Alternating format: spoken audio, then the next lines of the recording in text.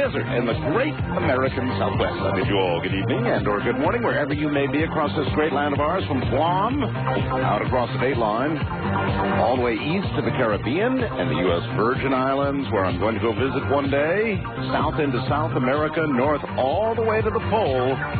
This is Coast to Coast AM, worldwide, of course, on the Internet. All right, now, to that portion of the show promised. He does not do frequent interviews, barely ever does them. As a matter of fact, that really goes for both of these gentlemen. I now would like to bring on Mike Rogers and Travis Walton. So let's do it one at a time and be sure we can get them planted properly. First, let's go to Mike Rogers. Mike, are you there? Yes, I'm here. Okay, you hear me okay? Yeah. All right, good. Let's see if we can bring Travis on. Travis Walton, good evening. Are you there? Yeah, I'm here. Oh, excellent. We've got you both just fine. All right. I don't know where to start. I sat down and watched Fire in the Sky again and took notes this time. And so I guess I'll kind of move through it the way they did, except I would like to not do it the way they did, with the flashback in the beginning and then the story taking up. Mike, you had a government contract of some kind with the Forest Service? Right. What was that to do? Well, we had to thin out the trees that were damaged and diseased and whatnot after a logging operation and pile the debris. Basically, it's just kind of an ecological program that cleans up the forest after logging and makes the trees grow better. All right, and you were the crew chief for that? Right. How big a project was it? How long were you going to be up there? We'd been on it about a year and a half at that time. Oh, I see. All right. So it was a pretty good sized contract. Exactly. You were married at the time, Mike. Are you still in a divorce status? Right. I haven't been married now for many years. Okay. I guess at the time also the movie went into the thing that you had some financial troubles.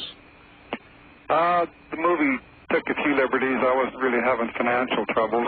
I was having troubles trying to live the American dream and have quite as much as I wanted, I guess. Mm-hmm. And then it covered a little piece where Travis drove up on a motorcycle and wanted to start a motorcycle shop there. Is that right, Travis? Yeah. So you did do that? Well, we had, various businesses we thought we might get in together, but, the motorcycle thing was more kind of my idea. I don't know that Mike and I had plans together. So the movie at least was pretty true in that area? Yeah, I was kind of into motorcycles at the time. All right. I guess. Yeah. Scene shifts, and you guys are on the way up to the mountains to do the contract. And on the way up, Travis, you got into kind of a bit of a friction with Alan Dallas. Yeah, well, he was kind of a wild guy, and he'd had a little friction with probably several of the guys on the crew at various times. You guys arrived okay at the work site then, worked all day, left the work site around dark. Was it already dark when you left? Well, not quite dark. It was getting dark. The sun had gone down and it was darkening. Okay. Then you, on the way down, I guess, you both saw something, some sort of glow or fire in the sky. The way the movie made it look, I've seen fires at night, and it looked just like a fire in the distance, kind of lighting the horizon. Is that about right? Well, we could see it through the trees, and, first we didn't know really what it was. We thought it might be a forest fire, but it was more of a golden color rather than a red color. And then it apparently moved? Well, did it look like a fire was spreading, or did it look like just the whole thing was moving? We were just puzzling over a lot of different things. Nobody really talked about it while we were looking at it because, there wasn't that much time. We thought, and, I heard the guys kind of one by one fall silent from, the various conversations that were going on. So I assumed that they were all looking at what I was looking at, but nobody said, starting analyzing out loud what it was.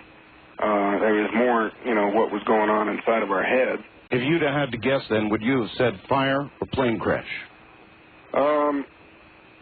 Well, it was puzzling, because at first I was thinking fire, but then, the light seemed to be coming from higher above. You know, I knew the ridge top was just a little bit above us, but this was from higher above that. So that's the reason the plane crashed. Maybe it was like hanging up in a tree or something. And I guess we ought to identify exactly where this was. Where was your work site? It was the highest area up on the Mogollon Rim, forested region up in the mountains of Arizona. Mm-hmm. And so you were at about what altitude, do you think? Oh, I don't know. What do you think, Mike? 7,500 feet. 7,500. Oh, you were way up there then. All right. Then in the movie, as they always do in movies of this kind, the radio started to go crazy. Is that also accurate? Well, we didn't have a radio on at the time. So that's a little dramatic license they took then? Yeah. Yeah, okay.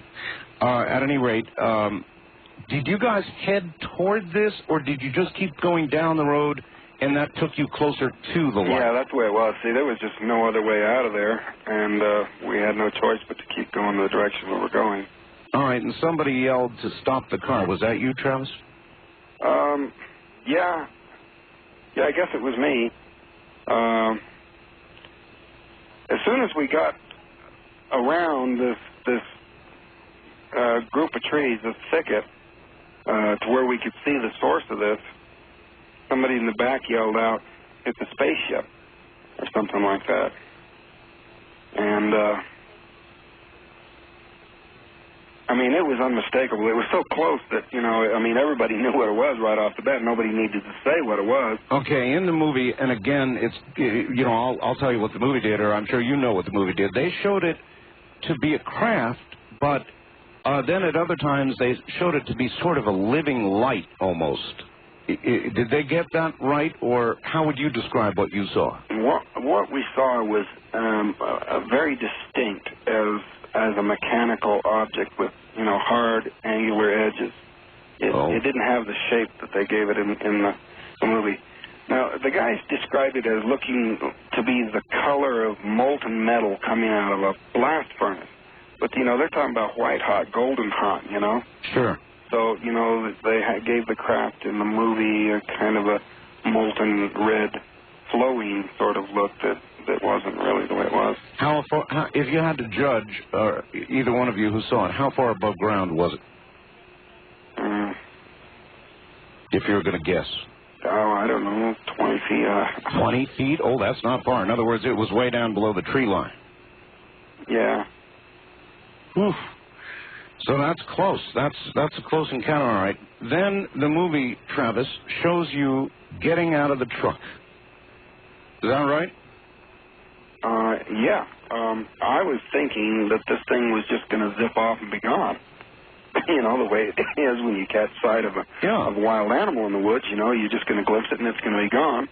And so I was in a hurry to get up to it before it left. Here's where I got to stop you for a second, Travis. In the horror movies, when inevitably the lady, you hear this noise, this horrible noise, and inevitably she goes to one place she shouldn't go, down to the basement, where something eats her. So, in other words, here you are with a pretty frightening thing going on, a ship hovering, 20 feet above the ground or something, and you get out of the truck and go under it? It's kind of a crazy impulse. When you think back on it now, can you remember what you were thinking when you did that? Well, I was kind of given to impulsive behavior back in those days. That certainly, changed me, and I'm not that way anymore. But, at the time I was just thinking that, it'd be gone and I'd miss a chance to see it up close. Plus, the guys were really alarmed by what I was doing, and they were yelling at you to come back to the truck. Yeah, they were, and getting pretty excited about that. So, that kind of egged me on. So, okay. But I was having serious misgivings because as I got closer to it, it didn't take off. I understand. Was there any noise? Yeah, it was a very strange sort of a sound, kind of a high-pitched, cyclic sound with some real deep tones that just, seemed to be so deep you couldn't almost couldn't hear it. Would you describe it as real loud or just there? Well, it was just there. It wasn't tremendously loud at first, but then when I got closer, and it suddenly got louder and it started to move. And it rose up a little bit, and that really scared me. And they're still yelling at you, Mike. I'm sure you're still yelling at them from the truck, right? Oh yeah. Is your recollection of it, Mike, like his regarding the craft itself and the noise? Oh yes, yeah. In fact, there's little difference, if any, between all the guys that were there in the descriptions of everything concerning it, from its distance to its size to its look and the sound that it was giving off. Okay, at this point, there's what, 6 of you in the truck? Was that? Well, 6 in the truck, yeah. 6 in the truck and Travis 7. out there under the craft. So there's Travis under the craft. How much time went by, Travis, before your memory either ends or that bolt of light hit you? It was just seconds, because as soon as it started to move, I jumped for cover and resolved. I made up my mind to get out of there and get back to the truck like they were saying. Mm-hmm. And as soon as I raised up to go, wham, that's when I went out. Just at the very moment common sense overtook you. Now, in the movie, it showed this bolt of light that came down and literally threw you up in the air. Is that accurate, or is that dramatic license? So what they did there in the movie didn't quite look the way it actually happened. In fact, the movie didn't make it quite dramatic enough. The movie did some things that were a little exaggerated. In other places, they under-exaggerated, and that's one of the places where the movie didn't make it as dramatic as it was in real life. The thing that hit Travis, whatever it was so powerful that it blew him back like an explosion. It didn't gently lift him up and throw him back like that. It was his going backwards was the result of a very hard blast of some kind. Like I've described it many times as like a hand grenade going off in front of him, and he was blown backwards, literally. Wow. And Travis, is that where your immediate memory ends? In other words, were you out cold? Yeah, I just kind of felt a numbing sort of a shock, but it was just, I was out instantly. Out instantly. All right, then at this point, we shift back to you, Mike. There he is, laying on the ground. Looks like he's been blown up by something. And that's when the panic hit the fan, I guess, with you guys. At least that's the way they showed it in the movie, and I can imagine that's the way it was. What did you guys think?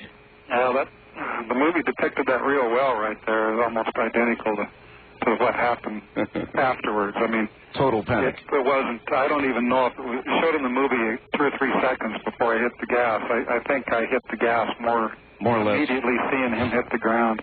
You thought he was dead? Well, he looked dead flying through the air, and he sure looked dead when he hit the ground on his back. He didn't even flinch, didn't make a motion when he hit the ground. Okay, Dust rolled up around him, and we were headed down the road. I can imagine you were, and you say it was almost immediate. You didn't want to end up like you thought he was.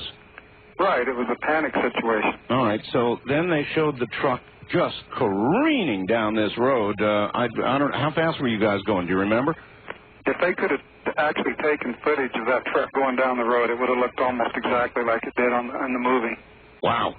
And then careening is the right word, hitting things. Oh, yeah. Mm-hmm. Oh, really? Smacked the mirror, busted the mirror off, There were actually humps in the road, which they didn't show there, humps that were bulldozed up mounds of dirt to prevent erosion. And every time I hit one of those things, the truck would go flying. Oh, mackerel. And, crash down on its shocks real hard. And all right, yeah, it was a real crazy panicked flight. How far down the road, still going down the mountain, right? How far down the mountain did you get? How much further away from the scene did you get before you started talking about stopping and going back? Probably not even a quarter of a mile. Me and Ken Peterson, who was sitting right next to me, the one sitting between Travis and I in the front seat of the truck, he was the next oldest to myself. He was only 2 years younger than me. He was 26, I was 28. Mm-hmm. And he was like the next oldest. Travis was actually 4 years younger than that. But Ken and I both seemed to realize about the same time that, here we are flying down the road like this.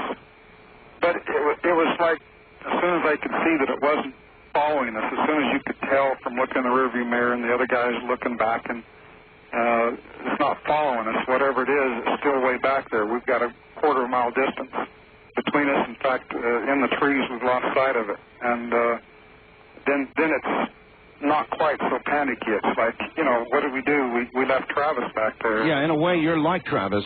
Common sense returned about a quarter mile down the road. Right. So it hit both of you really the same way, utter absolute panic. I do understand. And so then you finally stopped the truck, is that right? Yeah, did stop the truck a quarter mile down the road. Just hit the brakes and stopped. All right, both of you, hold on 1 second. We'll be right back to you. My guests are Mike Rogers and Travis Walton.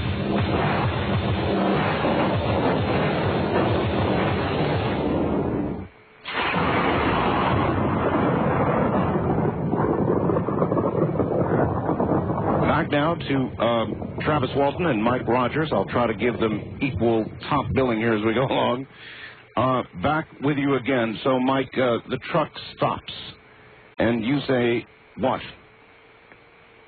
Well, Ken and I looked at each other, and nobody said anything for a moment.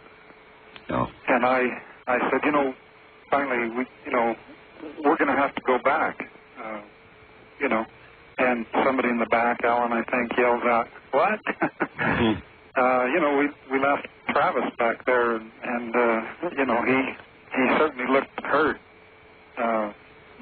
We need to go back. And, of course, a quarter of a mile down the road, it didn't take very long to get there, the speed I was traveling, and this is not something that took well. We started arguing about this, and after a couple of minutes, we got out of the truck, all of us but one, I think, and we stood out there on the other side of the truck,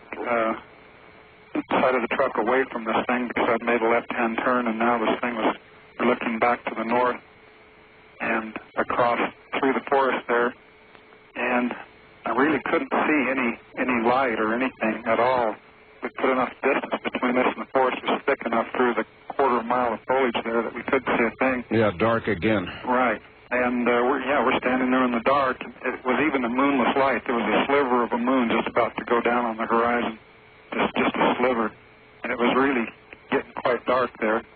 And so after a little bit of a hectic discussion, a wild and crazy attempt to explain what had happened to each other, there was no sense going on there at all, really.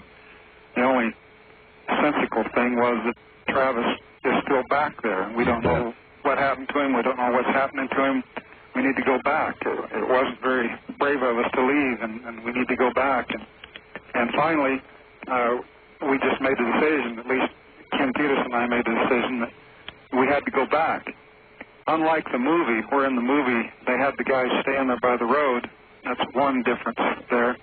In reality, everybody elected to get back in the truck and go back rather than stand there in the dark. Oh, that's a pretty big difference. Yeah. And as a matter of fact, I would think the other guys would resent the way the movie portrayed them. Well, yeah, there has been a little of that. Well, for all of us, I guess.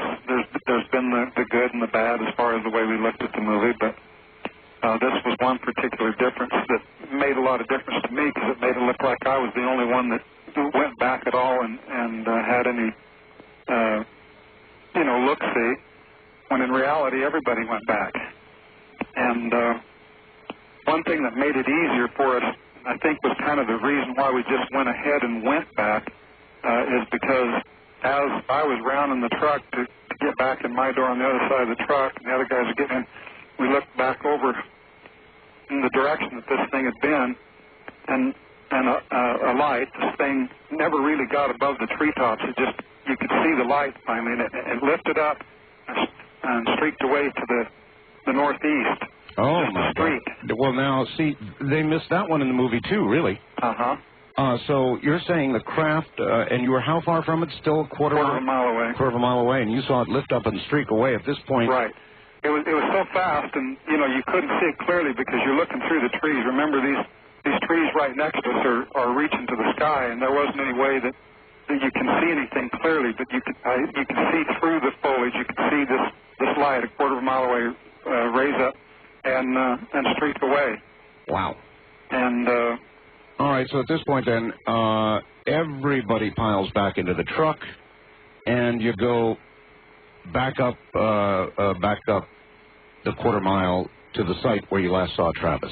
Well, there was a little more discussion that went on there, but it takes a long time to explain these sort of things. But yes, we did go back, and it'd been maybe 15 minutes at the most before we actually went back to the site. All right, gentlemen, here's where you get to take a rest. We'll be right back with you, all right? You bet. All right, both of you stay right there. Stay planted, everybody. I've got guests. Mike Rogers, who was the crew chief, along with Travis Walton. Travis is also here. And we're talking about an incident that occurred, an abduction, the abduction of Travis Walton, as depicted in Fire in the Sky, and sometimes not as depicted in Fire in the Sky. In other words, we're getting the real story. Travis had already encountered the vehicle, the craft, whatever it is you want to call it, and it had thrown a light on him, zapped him backwards, literally almost blowing him up. Mike and the rest of the guys had taken off down the hill.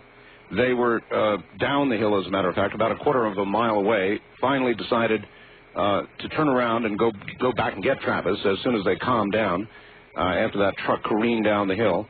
And they're just about to start back up, and we'll get to them in just a moment. Let me take care of the commercial continuity right now.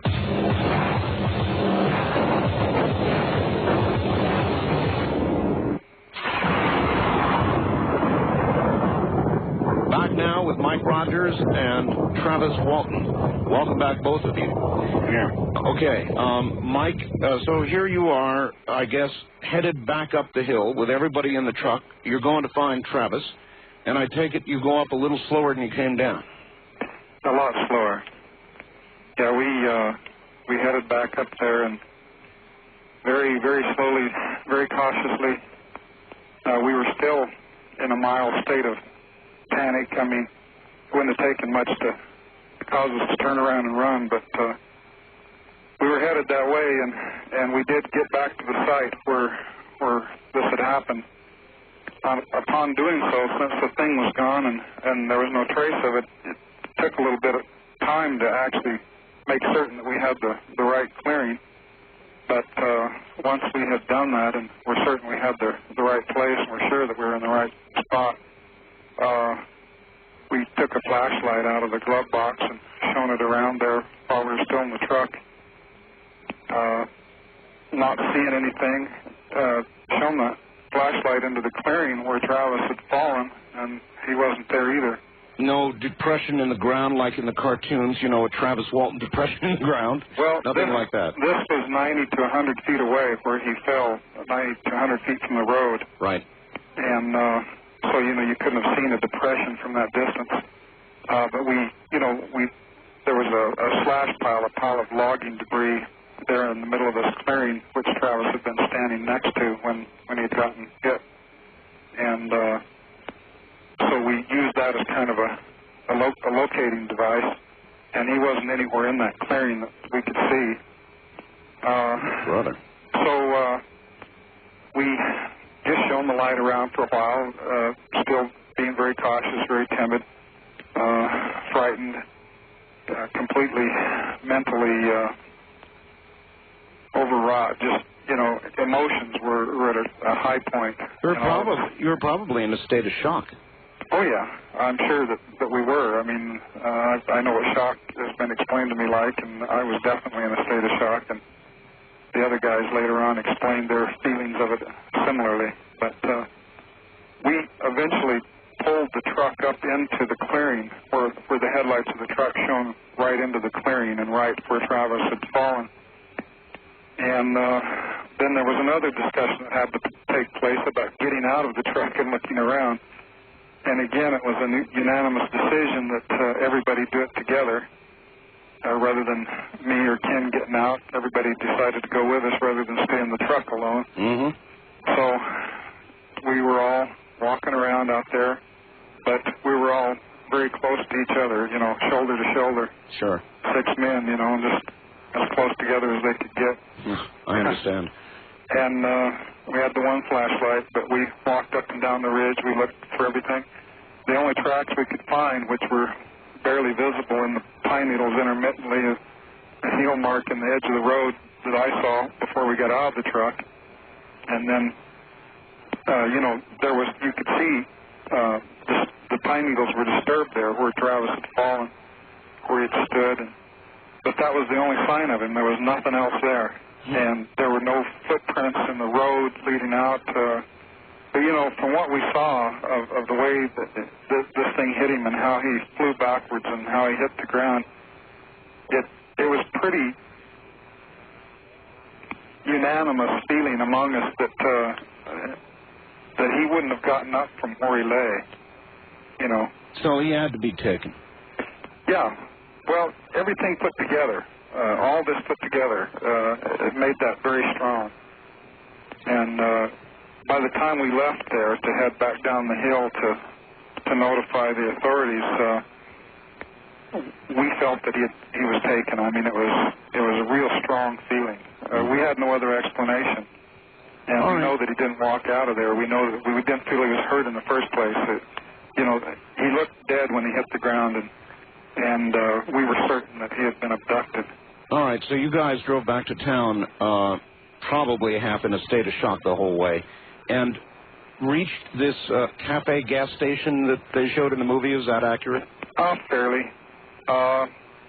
There wasn't a lot of people around, like in the movie.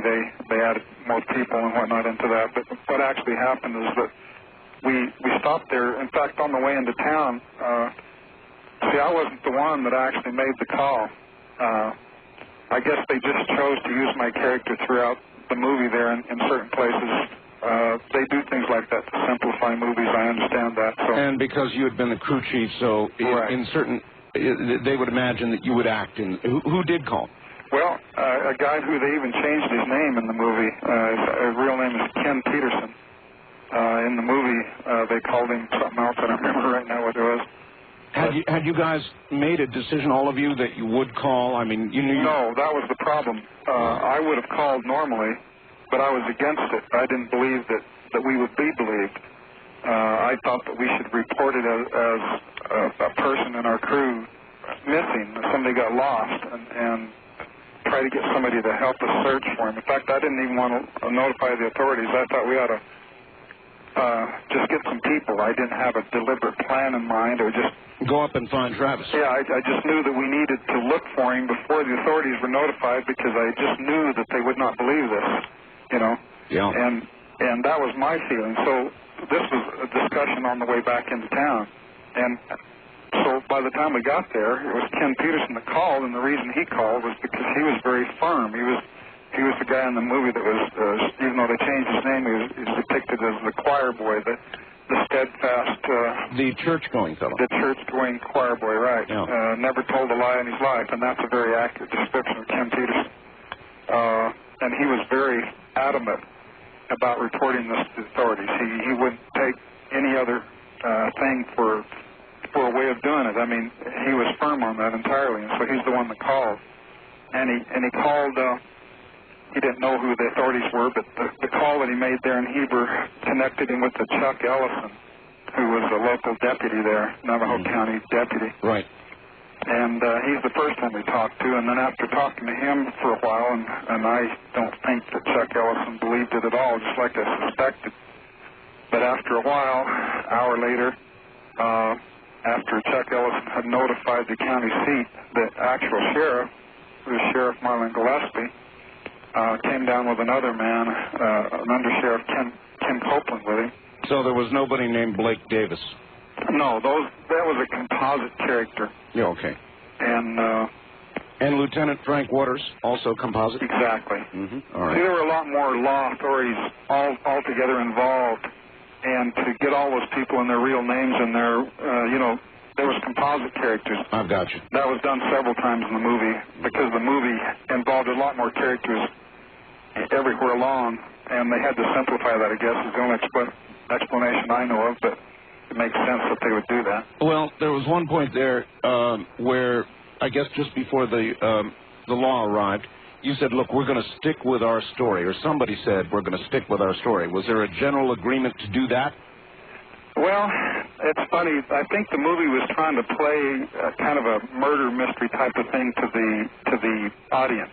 Oh. In reality, this stick to it is, let's not have contention among us here, even though we have differences of opinion of what we should do and what we should say to the authorities. It was like, Ken says, I'm gonna call them, and I'm gonna tell them the whole truth here, and I hope you guys don't try to act differently, because this is what we need to do. We need to tell the complete whole truth about this thing and just let the chips fall where they may. Well, you had to know one of the places those chips were going to fall was in the murder column. In other words, they were going to suspect this because of the nature of the story. There was no way not to. At the time, I really didn't have that in mind. Because we did not know what happened to Travis exactly. We had our own feelings about it, but we certainly didn't know that he was going to be gone, or especially for as long as he was.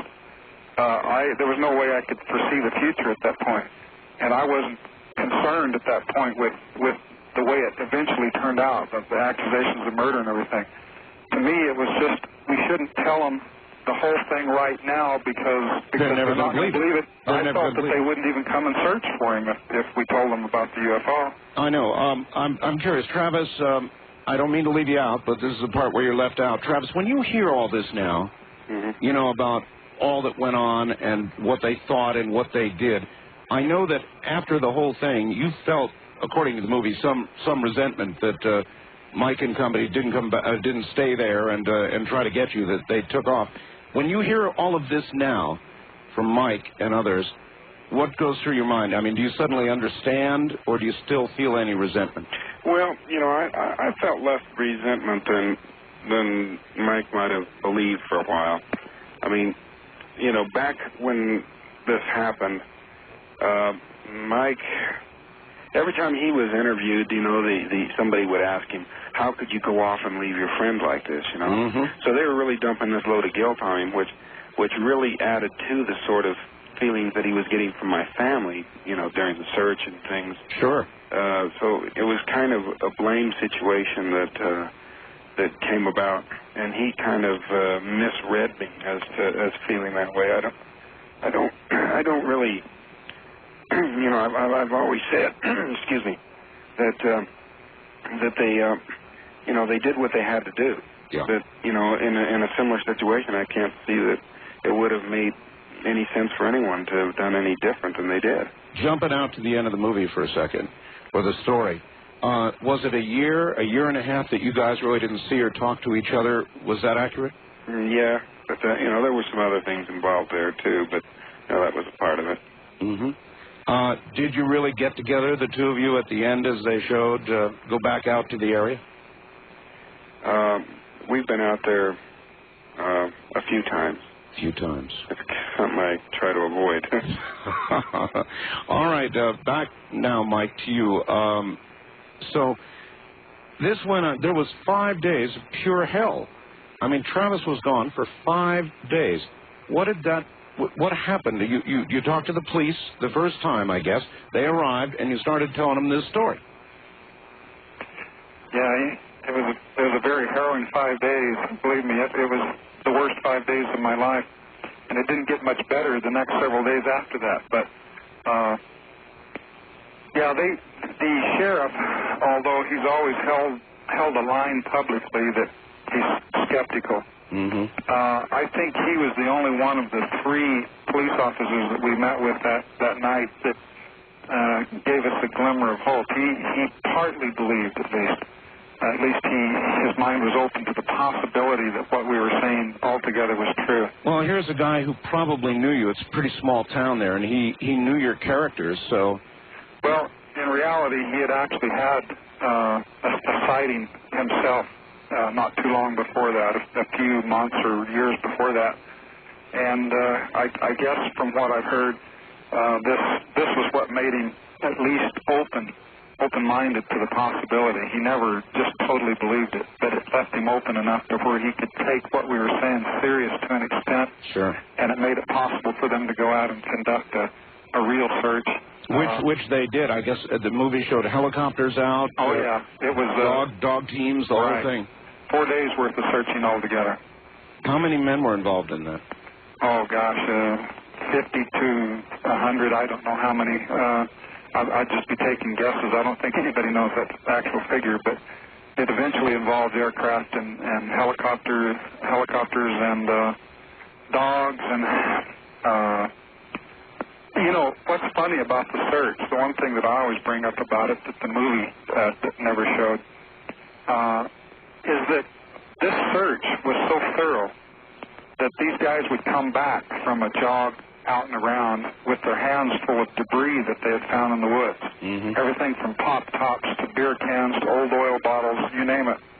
Old pieces of logging equipment, you know, pieces of cable and whatnot.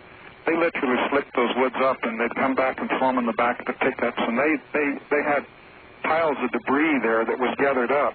This is how thorough the search was. They were looking for every little speck or clue that they could find and managed to clean up the forest in the process. And I thought that was kind of funny. I always have since then thought that was kind of an interesting little part of the whole thing. Well, it's interesting because they didn't find even a trace, did they? Right. Not so much as a footprint. Wow. So Travis was gone. In other words, he wasn't, there's no way we could imagine he was conked out, unconscious somewhere in the area. They'd have found him. That's right. He would have been found. That's really the truth of it. Well, all right. So they didn't find him. Were you up there during the entire time of the search? Not every single hour of it, but almost. All right. Meanwhile, back in town, at this point, how many people started thinking that you had, or the wild one, they called him, I think Alan Dallas, right, had dispatched Travis? Well, there were people who thought that almost immediately. In fact, you know, in the movie, they have Travis's brother called Dan. Right. This is another composite character. In reality, there were two brothers. One's name is Dwayne, and the other's name is Don. And Dan was a name in between, combined the two brothers together. In reality, one brother was very supportive because he believed this, because he had an experience himself a few years before that where he had seen something fairly close range in the woods while he was hunting. The other brother was totally the opposite. He was hot mad. He was certain that foul play was involved, that his brother had been murdered, and there were some confrontations between him and us, the crew. Well, I'm sorry to say it, but I have sympathy with that. I mean, if somebody, by the way, you two, I've seen a craft myself, so I have a lot of sympathy with the story you're telling, but if you came back with a story that, sorry, your brother's gone, may be dead, we saw him hit, he looked like he was dead, and it was aliens, you know, that story's not going to go down real easily. Well, that's what I say. It's funny. The one brother took it that way. He believed that foul play was involved, while the other one, the one that knew me best, was completely supportive and believed everything that we said about it. So two brothers, full brothers, took it exactly opposite from each other. Interesting. Yeah, and that was kind of the whole mode of the town there. That summed up the entire reaction of the town. You had those that were almost completely supportive, and those that were just those who believed that we had murdered him, or the whole thing was a hoax or something. But it was very divided that way, almost down the middle. And that's what made for a real wild situation in the town there for several days. In fact, ever since, really. Well, the fellow they called Alan Dallas, the bad apple or the bad seed or the drifter, was he as hot-headed as they depicted him to be in the movie? Yeah. He was? Yeah.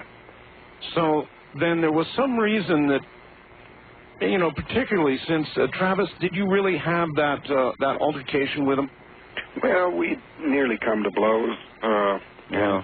You know, it'd been kind of a situation that it cropped up with not just me, but some other guys in the crew. Mike actually got in a fist fight with him, and So then, if you're a cop, if you're a lieutenant or the sheriff or whoever, and you're getting told this story, you're going to figure this Alan Dallas character might have done in Travis. Right. Of course, he had an attitude about police too, of course. Yeah, I'm sure he did. Well, then that's exactly the way they showed it. All right. There was a town meeting, Mike, wasn't there? I imagine there were several. But so you didn't really walk in on a town meeting the way they No, showed it. that was again, that's the condensation of a much bigger story. But I had confrontations with a number of groups of individuals in the town there during that time, and they just chose to do it that way in the movie, which summed it all up, really. I'm sure you were thinking, Travis is never going to be found.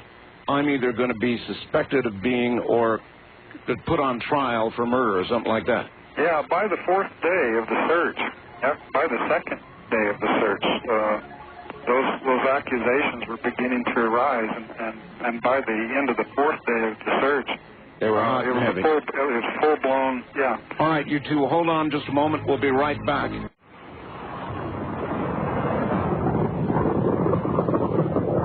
Back now to Mike Rogers and Travis Walton. Hi there, you two. We're back on. All right. Now, here we are in town. They're beginning to suspect you strongly and the other guys of murder. Maybe Dallas, maybe all of you. They don't know, and they keep asking questions. At some point, according to the movie, they wanted you to take a lie detector test. Is that right? That's right. I imagine you thought pretty hard before you decided you'd take it. Well, not really. We all knew that we were telling the truth. There was no doubt of that. And we certainly knew we didn't murder anybody. And they wanted us to go down to the county seat, which we did the following day. And they had it all set up for us. They had a lie detector man up from Phoenix, DPS, State Police Polygraph Operator. Mm. His name was Cy Gilson. And he looked like a mean guy. Yeah, and in the movie they made him look like Mr. Friendly, and everybody said he's the best. You'll be happy with this, and all the rest of it. Today he sort of looks like Mr. Friendly. 20 years later, but back at the time he looked pretty stern, and he acted real stern, and he was very intimidating. And there was a little conference that went on before these started early in the morning. It was a Monday morning. Mm-hmm. And he really had us intimidated pretty bad there, to the point to where after he went to set up the machines for the lie detector test, some of the guys, including myself, were feeling just a little bit uncertain. We were a little bit afraid that just by the way this guy acted and the intimidating manner in which he talked to us there, we were afraid maybe there was some government involvement. Oh. But it turned out that just wasn't true. It was just simply a feeling that we had that maybe this guy had been bought off, and we were all going to fail these tests, even though we were telling the truth. Well, that's what I would have been worried about. That I would feel intimidated, probably like Cato Kalin in front of Marcia Clark or something, and my pulse would start racing, and the machine would say I'm lying. Yeah.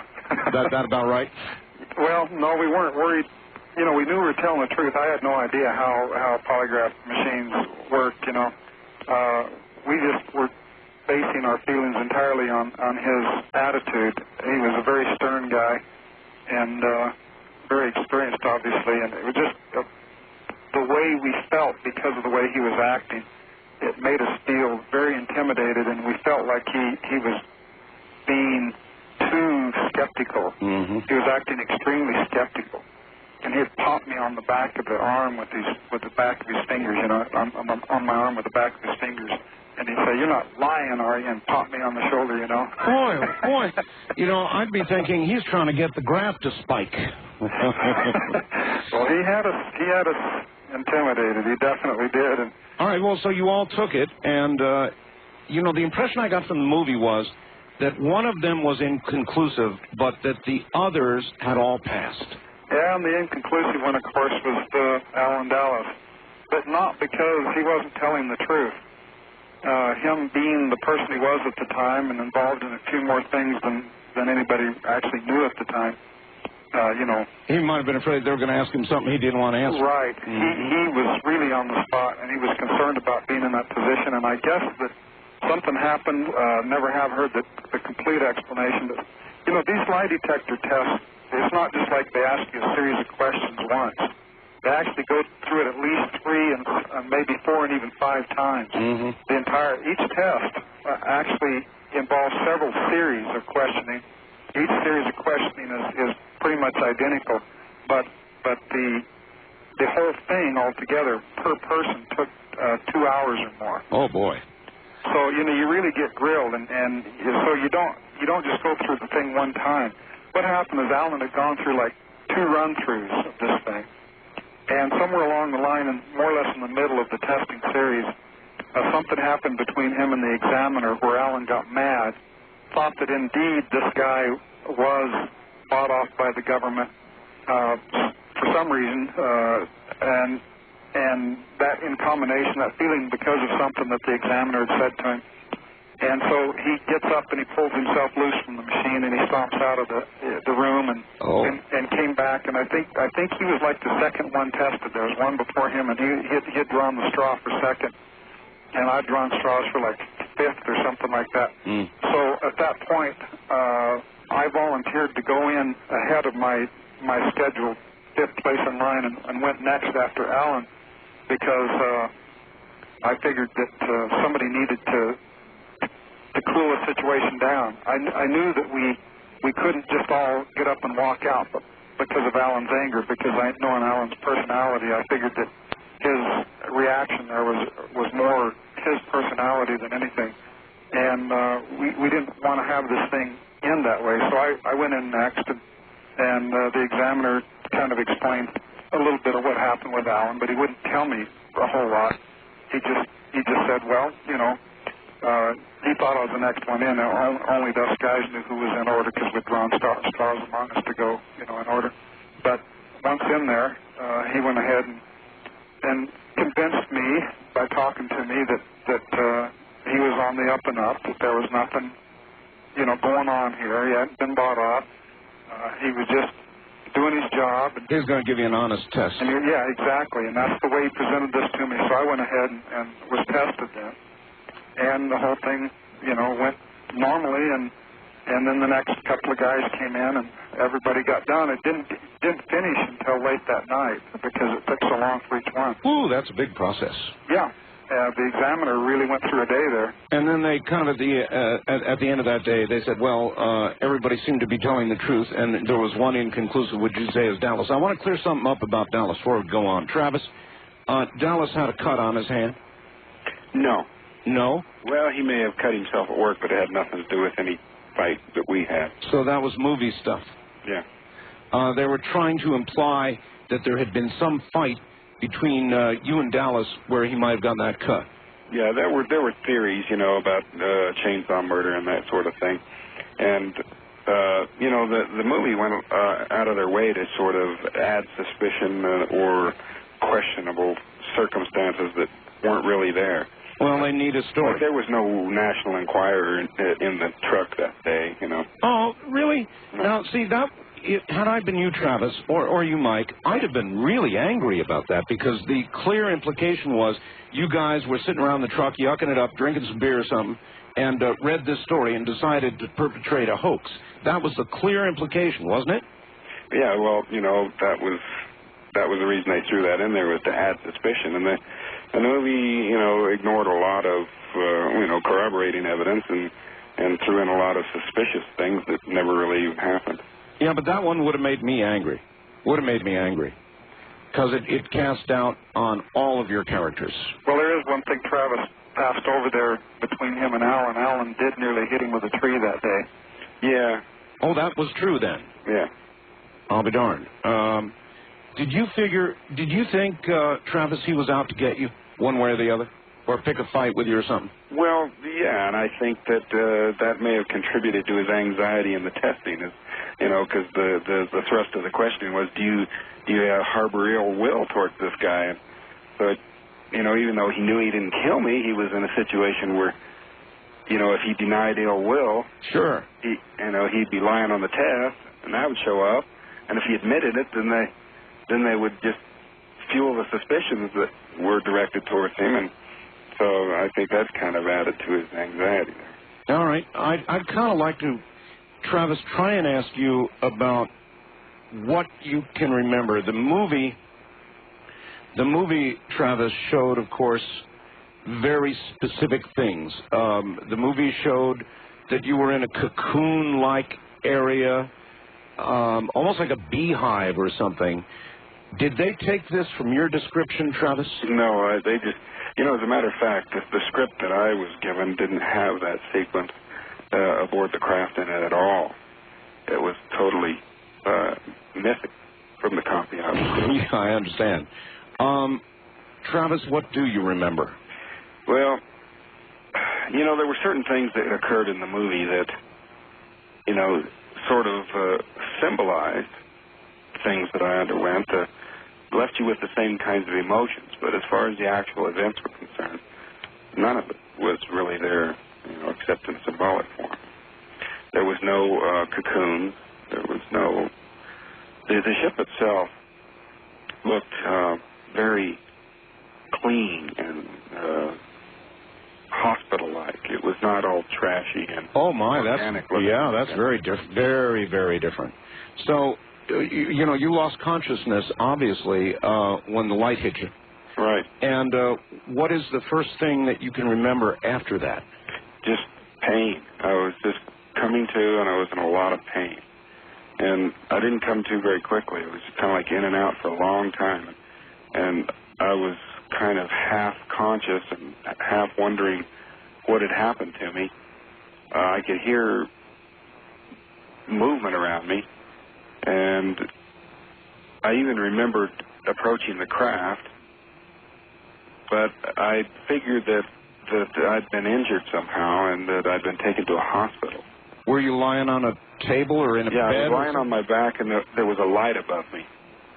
And I know what you mean. You're kind of half conscious, in and out, in and out.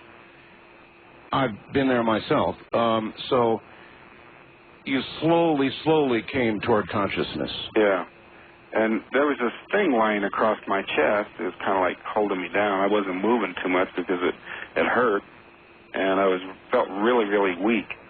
But when I finally got where I could focus my eyes and made out these faces that were standing over me, they were not doctors. This was something that just totally blew me away, is the appearance of these creatures. Can you describe them? Can you remember generally how they looked? Well, they were humanoid. They were just large eyes, kind of large cranium, no hair. No hair. It was just such a shock. It was just, combined with the pain and not being able to breathe, it just flipped out. Were they just standing around you, or were they communicating among themselves? Can you recall? Well, they were, kind of standing over me. At least one of them was closer than the others. And when I saw them, I just involuntarily sort of lashed out at them. And I was just so weak that it was just more of a push than anything. And my arm hit him in the chest and knocked him back into the other one. Did he feel, I've never talked to anybody who's hit an alien before. Did he go over easily? Yeah, it was much lighter than I expected. Huh. Even though I was so weak, he just fell back quite easily. But he was solid substance. Yeah, sort of soft and spongy, but, it was as real as anything. And he got pushed backwards. Yeah.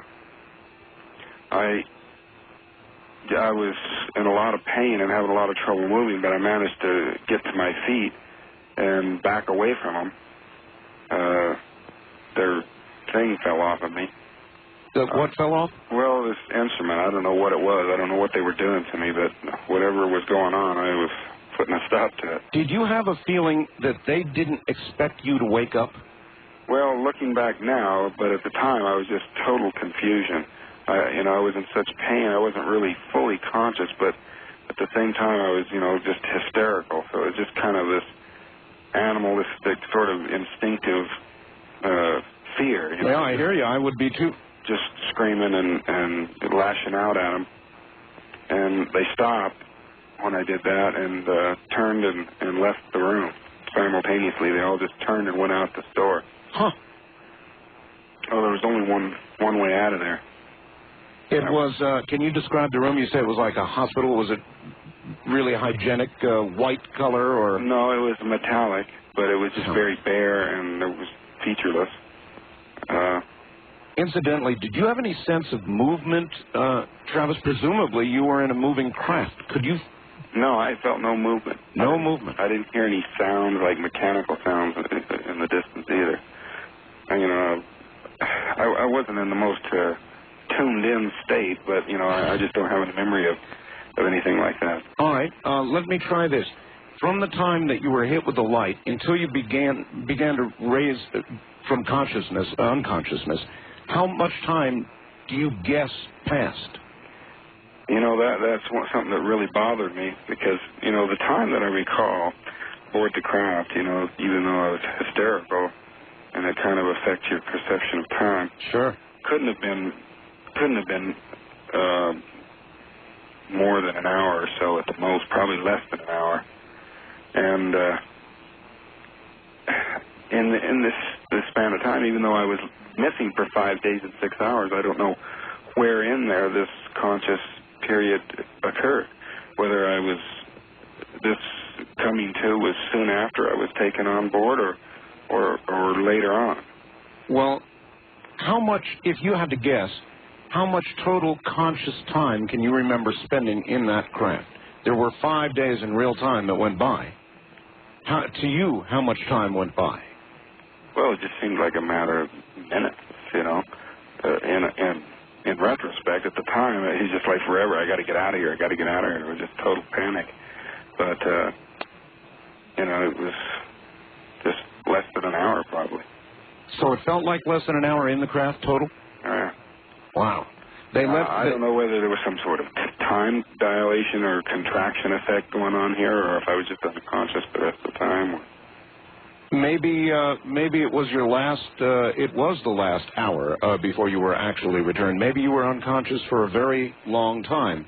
I know that in the movie they examined you when you got back, and they said you had not eaten or had anything to drink in 5 days. Is that accurate? Well, the medical tests are kind of, I don't know. I need to look into this perhaps, but they say that if you haven't eaten for 5 days, that you'll have certain chemicals in your urine that will, it'll begin to show up in your urine. Yeah. No, but, I don't know. Is that true of an unconscious person? I don't know. I would imagine so. In other words, the body's processes, conscious or unconscious, continue. And if you have not had nourishment in that time, then I would imagine that would be so. So you spent an hour of conscious time in that craft. Did they ever come back into that room? No. I was afraid they would, though. I was really terrified of that. And they'd gone out this hallway down to the right, so I just took off to the left, just running. Oh, wait a minute. There was an open door? Yeah. Oh, excellent. I figured they'd have locked you in, but they didn't. No. So you just walked out? Yeah. And they went to the right, so you went to the left. Yeah, that'd be my choice, too. Yeah. Well, I tried to find a way out, and pushed some buttons, controls, and things, trying to open a door. Crazy, desperate sort of things, but this was interrupted by a person, a being coming in who I took to be human. I figured I was saved, and when he motioned for me to go with him, I went, thinking that he was saved me, he rescued me. Uh-huh. And he led me out of this craft. Out of a craft? Yeah. And at this point, it was parked inside of what appeared to be, well, it was either a building or a part of a larger craft. Wow. And again, I felt no movement, you know. Getting outside of there, the air was much more breathable. The light was brighter. So you were either walking out, you walked out of this one craft either into like a hangar or a building or another craft. Who could tell, I guess, huh? No. But it was completely enclosed? Yeah, there was like panels where light was coming through, you know, whether these were artificial lights or actual sort of translucent windows, I don't know. But I didn't get too much a chance to look around. He hurried me out of this large room, down a hallway to another room where there were some more people like him. All right, that's where we're going to have to break it off. You two take it easy for a few moments. It's a great cliffhanger point anyway, and we'll be right back. It absolutely is. I make no guarantees about getting to the telephone. We're going to let this story unwind as it needs to unwind. And in just a moment, we will return to our guests. Travis Walton, the abductee, Mike Rogers, the crew chief in the group in which Mr. Walton was present when he was abducted. And we'll get back to them in just a moment.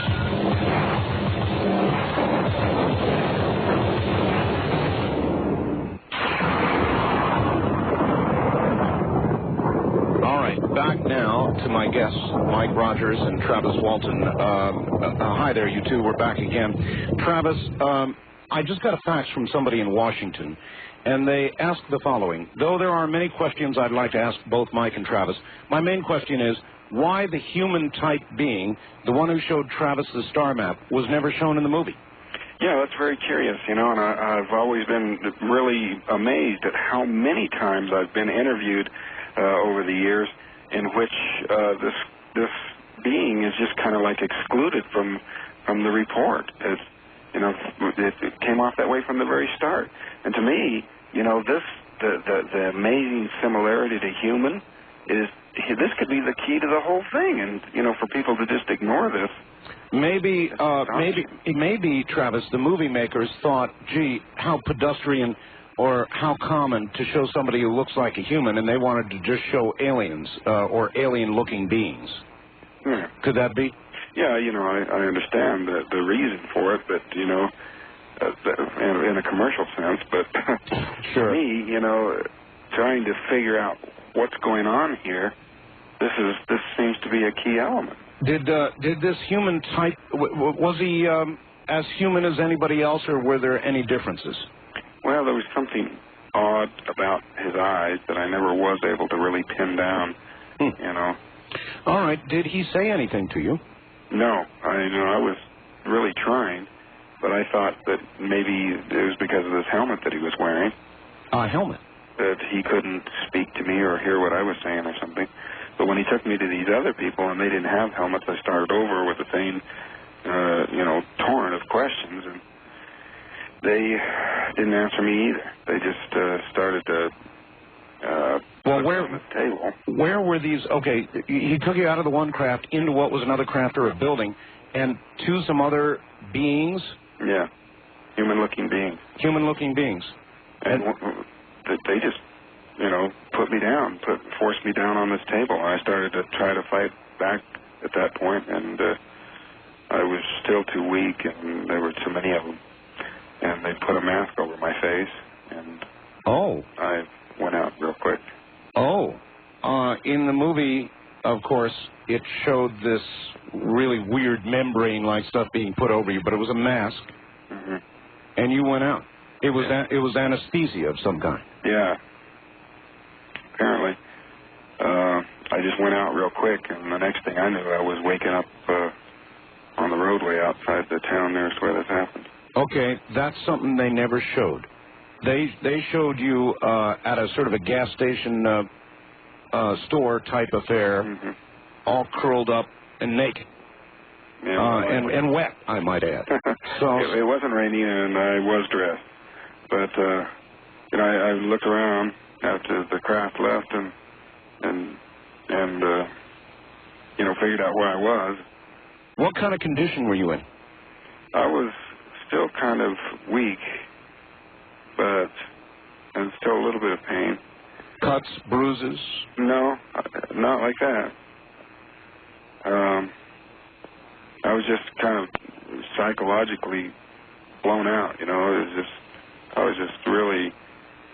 Probably glad to be back on Earth. Oh, yeah. I just ran just as hard as I could down across the bridge. There was some lights on in this one building. Did you? Let me ask you, Travis. Did you know where you were when you regained consciousness and looked around? Did you recognize where you were? Well, at first I didn't, but I figured out the stretch of road and the lights down there where I must be, and then ran down into the town. The closer I got, of course, the more I knew it was the town. Sure. And to make a long story short, I finally was able to telephone my family, and they came and got me. In the movie, of course, you telephoned Mike. Right. But you did not? It was another brother-in-law. It was another brother-in-law. And he came and got you. In the movie, it showed your condition was terrible. I mean, you were all curled up and screaming and not very with it. Is that right or half right or all wrong? Yeah, that was basically how it was. I was dressed, though. I thought it was the same night. I didn't realize how much time had gone by. Wow. And then on the way back, they said something that kind of let me know, to feel your face. I had this 5-day growth of beard, and look at your watch, and so much time had gone by. It was quite a shock to me. I just kind of broke down at that point. As you look back on this now, Travis, do you think you were taken just because you were crazy enough to walk out there under that craft? Do you think they decided you were a target of opportunity? Do you have any idea what they wanted with you? Well, it's all just speculation, but a lot of people, try to suggest that they were waiting for us there, but, I think that it was just kind of an accident. At least I prefer to believe that this was just a bolt from the blue, so to speak, no pun intended. And it's just a one-of-a-kind sort of incident that I can just put behind me and get on with my life. Well, I know that you both really love reporters, don't you? Well, there's been a few good ones, but, we've had a lot of trouble with people getting it right, either intentionally or unintentionally. Well, I know I'm interviewed frequently myself by the press, and I worry most about that when you talk to a newspaper reporter, inevitably. I mean, it's like they have to get it wrong or something. Yeah, sometimes it's not like anything malicious. It's just basic facts, people's names, dates, places. It's just never right. Well, that's why radio's better. It really gave me a lot of insight into looking at the news. When I see things going on, I always wonder what really happened there. I understand. But a few of them have had it right. Yeah. And there. If you were to guess, and I know it is just speculation, but again, you think it was just all sort of happenstance. Do you have any guesses about what they did with you for that time? Well, it for a long time it was just something that, there was just it was like there was just a fragment of things, and you didn't really have enough information to go on. And it was just something that would have just driven me nuts, to try to piece something together from what I remembered at the time. So I just sort of put it out of my mind and tried to get on with my life and live as normal a life as possible and not just constantly delve into it. You didn't end up being consumed by it, wanting to go to a hypnotherapist and get regressed and all the rest of that sort of stuff? I was invited to go to a lot of gatherings and approached by people who had similar sightings. To the greatest extent, I've avoided that, and just tried to get on with my life. There's a lot to adjust to and a lot to cope with. So. Yeah. When you go through something like this tonight with Mike and you sort of go back through the whole story again, is it like reliving it? Yeah, you know, it never fails to just get me all wrenched up inside. And for a long time, I didn't talk about it hardly at all. But when the movie happened, you know, I was kind of in a situation where, you know, I was being pressed for large numbers of interviews all of a sudden. And I was afraid that it was going to just make me so sick of the subject I never could speak of it again. It would just build up to a point where it would get worse and worse. But actually, it's kind of had a desensitizing effect on me. Yeah. Even though, you know, I'm still there to a certain extent, I do, you know, feel a little easier to talk about it than I used to. All right. Right at the end of the movie, Mike, this is for you, they rolled something that said, and I think this audience ought to know, that another lie detector test was administered and every single one of you passed. Well, there were only 3 of us that took this new series of tests. What happened was there was a fellow by the name of Jerry Black who caught wind of the movie being made just as the movie was beginning to be filmed back in the summer of 1992. And Jerry Black approached the screenwriter Tracy Torme on the phone at first, and he was trying to get Tracy to cease the movie, to chop it off, because he said that, you know, this whole thing is a hoax. Jerry Black was a personal friend of some major skeptics, although he himself is a believer in the UFO phenomena.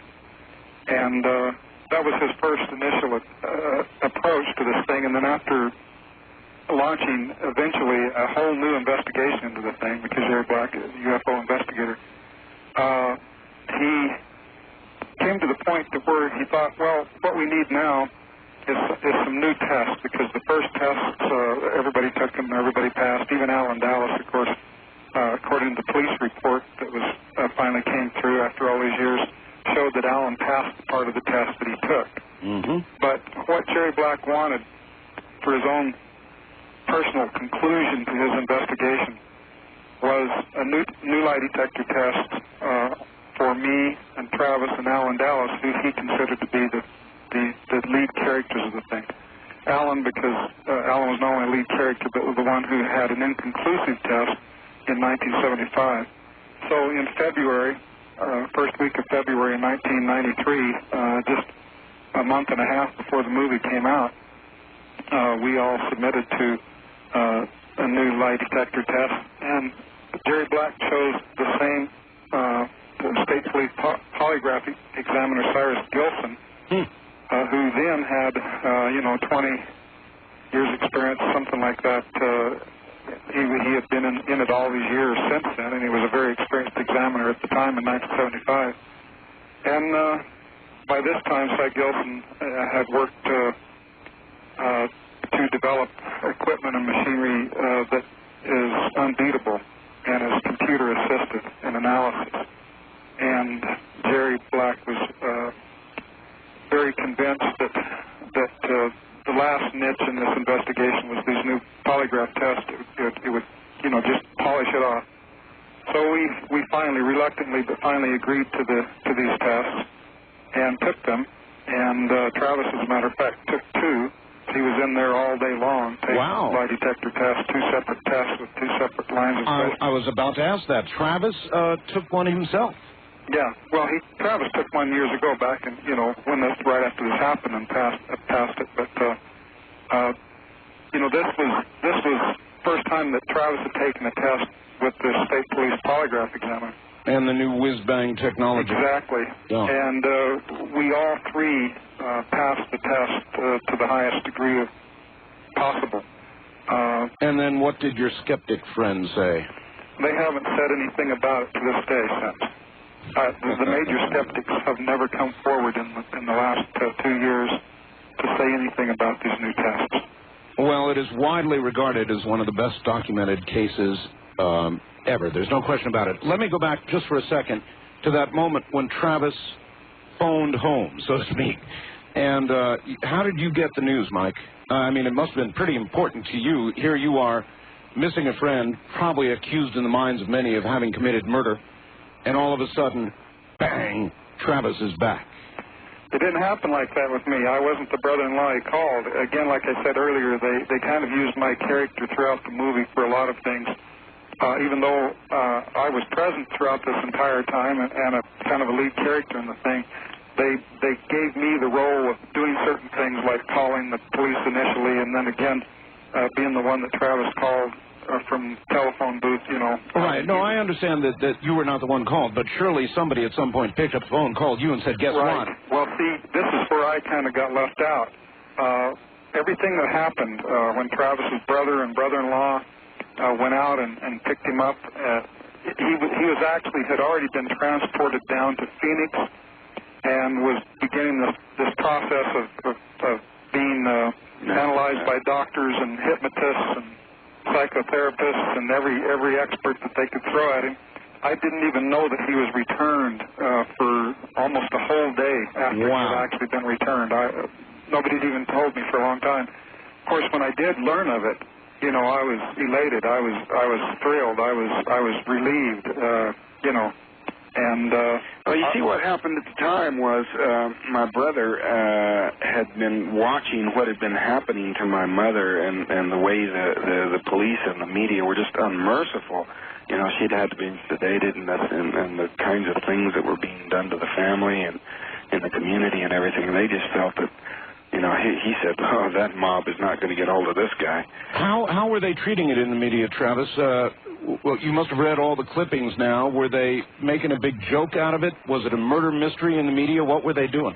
Well, you know, it was one theory after another, you know. Of course, right at first it was just a murder, and then it was a drug hallucination, and then it was a transitory psychosis. It was just one thing after another, you know. I'm sure they tested you for drugs. Yeah, the medical tests revealed no trace of any drug in my system.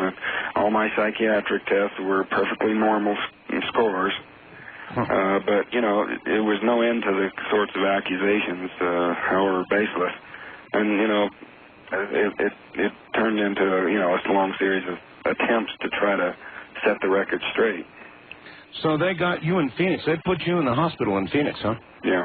And came at you with what, a battery of tests and doctors to come in and have little conversations with you? Yeah, that sort of thing. EKG, EEG, you know, the whole shooting match. Did they find anything wrong, anything, for example, that physically could have caused you to go into a coma-like state, say, for 5 days?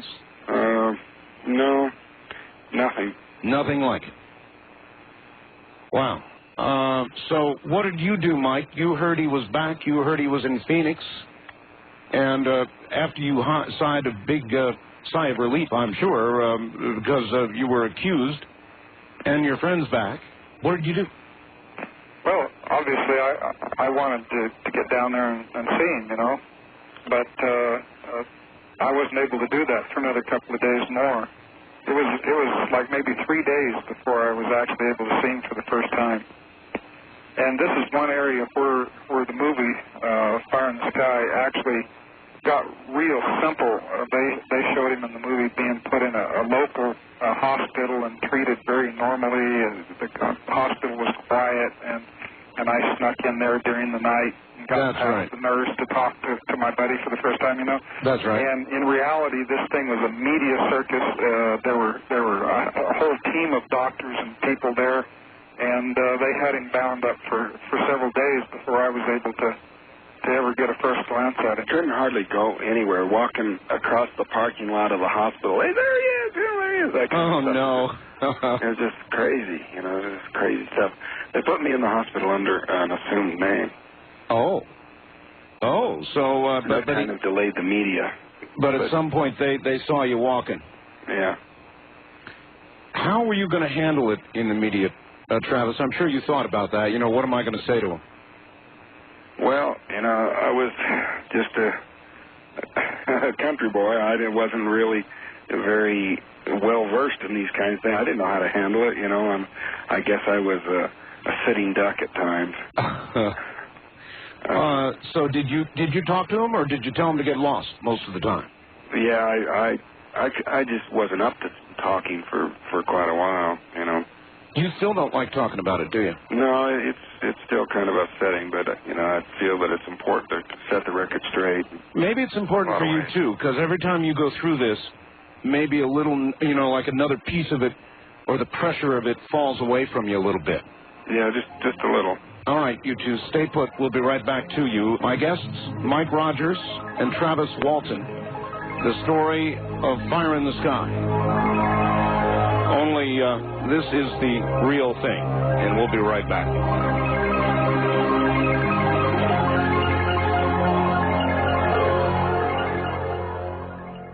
For some craft to come back and for you to then understand exactly what happened and what it means in a larger scheme of things. Yeah, in other words, we would like for the mystery to be solved.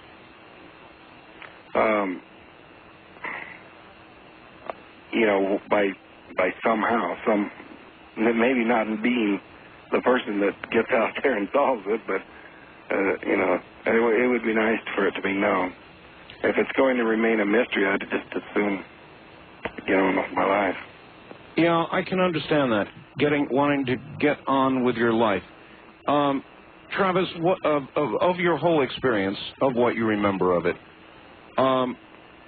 what was the worst and most terrifying moment for you? I mean, when you flash back on it and you think of the worst, what was that worst moment? Well, suddenly seeing them and the way their eyes just seem to look into me. Does that haunt you still? Yeah, it does, and that's been, something that's been in the center of every feeling, not exactly flashback, but when I think back, that's the part of it that just is the most intense. Other than when some a crazy person from the media like me comes along and talks to you, is it getting now to the point where you think about it less and less, or does it still come to you regularly? Well, I work at not letting it. When somebody brings it up, I never bring it up, and I just never bring up the topic of conversation. I can't blame you. Are the two of you now close? Would you both say you're close since it, or what? Well, we were close, prior to the incident, and we had a falling out in the interim, but we kind of passed things up, and we're getting, to where we more like it was before. Were you really close friends? Yeah. Best friends? Mm-hmm. What about the others? Do you stay in touch with them? Have they fallen away? They've just fallen away. Most of them, are in other states, and we rarely talk to them since this happened. Mike, for you, in the movie, it showed your wife at the time kind of in a crisis and not believing you, and ending up crying and not believing you. Is that about the way it happened? Well, she did believe me. That was, I think they just did that for some sort of personal drama there going on, and kind of an explanation for why there was eventually a split up between us. But as far as her wondering what to believe, that wasn't just her. That was all of our relatives, Travis's family, my family. I think everybody struggled in that way. And my wife at first didn't know what to think. And in the movie, they didn't actually show her saying that she didn't believe me. They just that's right. They believed that by the way they did it. Yeah, they showed her crying as though she couldn't say yes, I believe you, right, or something but like that. she did have an awful hard time with the community, and she was in a personal crisis as a result of that, and that was instrumental in our divorce. Well, I'm sorry. Are you still in touch with your children? Oh, yeah. As a matter of fact, eventually I got real close to my family. I've been close to my children, especially all along. But it's not like my family was taken away from me. We've always lived in the same town. What do you both think now, Mike? Do you think your family completely buys the story? I don't know one that doesn't. Travis, same deal? You think your family buys the story? Yeah. Well, you're both... You know, and a lot of people here in the town, you know, over the years, it's grown more and more in favor of it because as one theory after another just sort of fades away, I mean, the evidence against it comes forward. You know, people are forced to face the facts, and you know, belief has grown. Well, I imagine it would, particularly with the latest lie detector tests. Yeah. The movie did a lot for it, too. And it's partly a personal thing. You know, a lot of people that I meet very often remark that, you know, they're skeptical, but after meeting me, it changes them. And, you know, all of the actors in the movie, you know, said the same sorts of things. Well, it seems to me as though the real story, as you two have told it tonight, is to me a lot more convincing and a lot less trying to throw doubt in the mind of the audience than the movie. I mean, they threw doubt at several places with the tabloid newspaper that never happened, all the rest of it. When you guys sat down and you watched that movie for the first time, how would you describe your feelings after seeing it? Were you amused, upset, angry? Well, you know, it kind of became apparent to me in a sort of a gradual way that how these departures were being made, and I fought against that as best I could, and successfully to a certain extent. You should have seen what they wanted to do. In other words, as the movie was being produced, you had some input? Yeah, but, you know, no power to veto things. I was just able to get them to not do certain things. Every now and then say, hey, you guys are nuts. This didn't happen. Yeah, and I kind of wore out my welcome, I guess, but, you know, I kind of faced the fact that, you know, they had commercial considerations, and they were just going to do what they were going to do. And so when it came time to see the movie, I'd kind of come to terms, at least in part, with some of it. So it was kind of like an emotional reliving in a way that was pretty intense. All right, just probably just one more question. I had my own sighting, you two, and I thought really long and really hard before I admitted it publicly because of the job I do. Mm-hmm. And I might not do it again. And I guess that's my question for you. If it had not been for Travis being abducted and you all had just seen this craft, and instead of losing Travis, you'd taken off back to town in the truck, would you have told this story, or would you have kept your mouths shut? I would have kept my mouth shut. That's what if there was any way that I could have, you know, had it totally under myself to decide whether or not to tell what happened, and could see into the future how things would happen and how I would be treated, there's no way I'd say a word about it. I wouldn't recommend that. You know, it's not worth the grief that the world is going to give you. And it has been a lot of grief, hasn't it? Oh, yeah. Well, look, I want to thank you both for telling the story as it really was. And as I promised, I will get both of you copies of this program. Oh, thank you. All right? Thank you both for being on the air with us. Thank you, Art. Take care. Good night. Travis Walton and Mike Rogers. And I hope that you all enjoyed this. I ended up not taking any calls because I wanted to get the story out. I thought it was an important story. These two strike me as very, very honest individuals. And I was very impressed by the story.